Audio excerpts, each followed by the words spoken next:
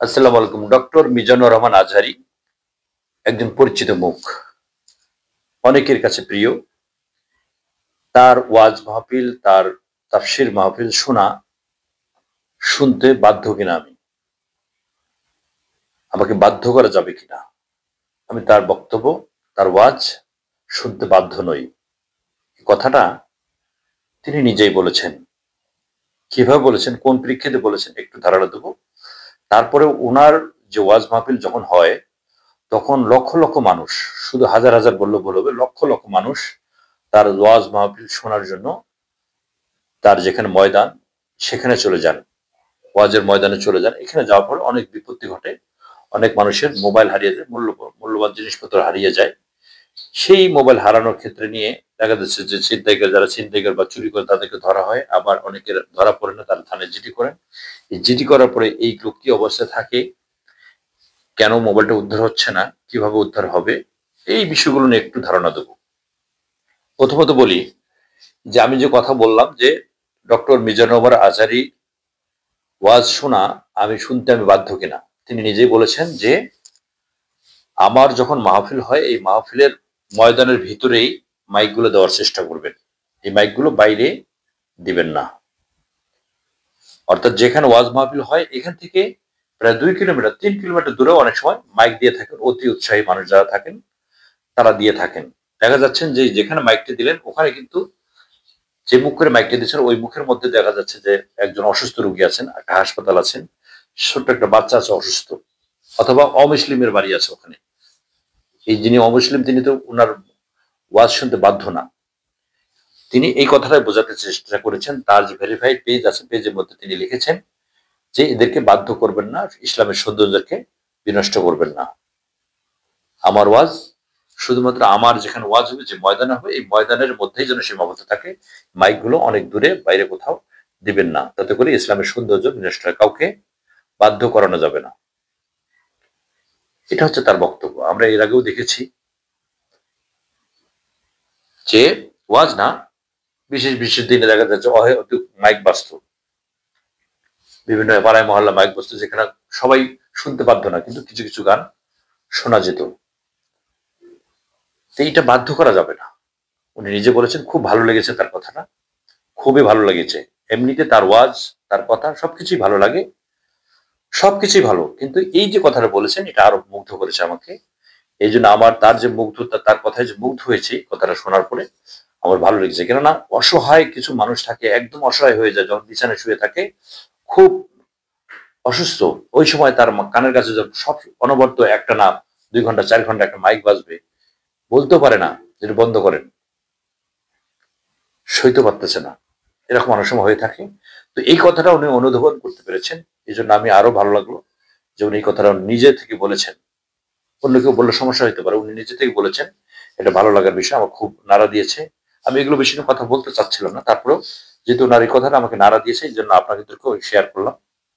আসলে এটা সবারই জানা করা উচিত, নিজের স্বার্থের জন্য না করে সবার স্বার্থ দেখা উচিত। এটা একটা বিষয়। আরেকটা বিষয়, ওনার মাহফিলে লক্ষ লক্ষ লোক কিন্তু জমায়েত হন। দেখা যাচ্ছে যে এই ধরনের ওয়াজ মাহফিলে গেলে সাধারণত আমরা পাঞ্জাবি পরে যাই। তো পাঞ্জাবি পরে গেলে পাঞ্জাবির পকেটে কোনো কিছু রাখা মানে এটা ছিনতাইকারের পকেটে রাখা, চোরের পকেটে রাখা এক সমান সব কথা।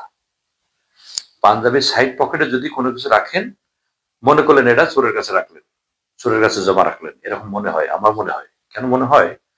সাধারণত ওয়াজ গানেতে গেলে কিন্তু পাড়া হুজরা করে একদম দলাদলি করে পকেট থেকে বের করে নেয় মোবাইল গুলো চোরেরা বা ছিনতাইকারীরা। কিন্তু ওয়াজ মাহফিলে গেলে পারাপারি করা লাগে না, আস্তে করে পকেট থেকে বের করে নিয়ে নেয় চোরের গোষ্ঠী, চোরের দল।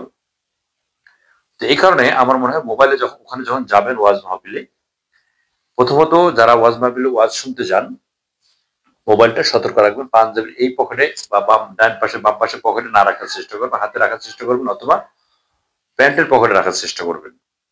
এটা এক বিষয়। আরেকটা বিষয় হলো, যারা ওয়াজ করবেন, আমার স্পর্ধা নেই তাদের সাথে এই বিষয়ে কথা বলে। তারপরে আমার মনে হয় ওয়াজ শুরুর আগে অথবা মাঝখানে অথবা অন্য কেউ বক্তা, অন্য কোনো থার্ড বক্তা থাকেন, তারা অথবা যারা কমিটি থাকেন, কমিটির লোকজন যদি মাঝে মাঝে মাঝে মাঝে উপস্থাপনার ফাঁকে ফাঁকে 1 মিনিট যদি স্মরণ করিয়ে দেন যে আপনাদের মোবাইলগুলো বা নিজস্ব যে মূল্যবান মালামালগুলো নিজ দায়িত্বে রাখবেন, সতর্ক থাকবেন।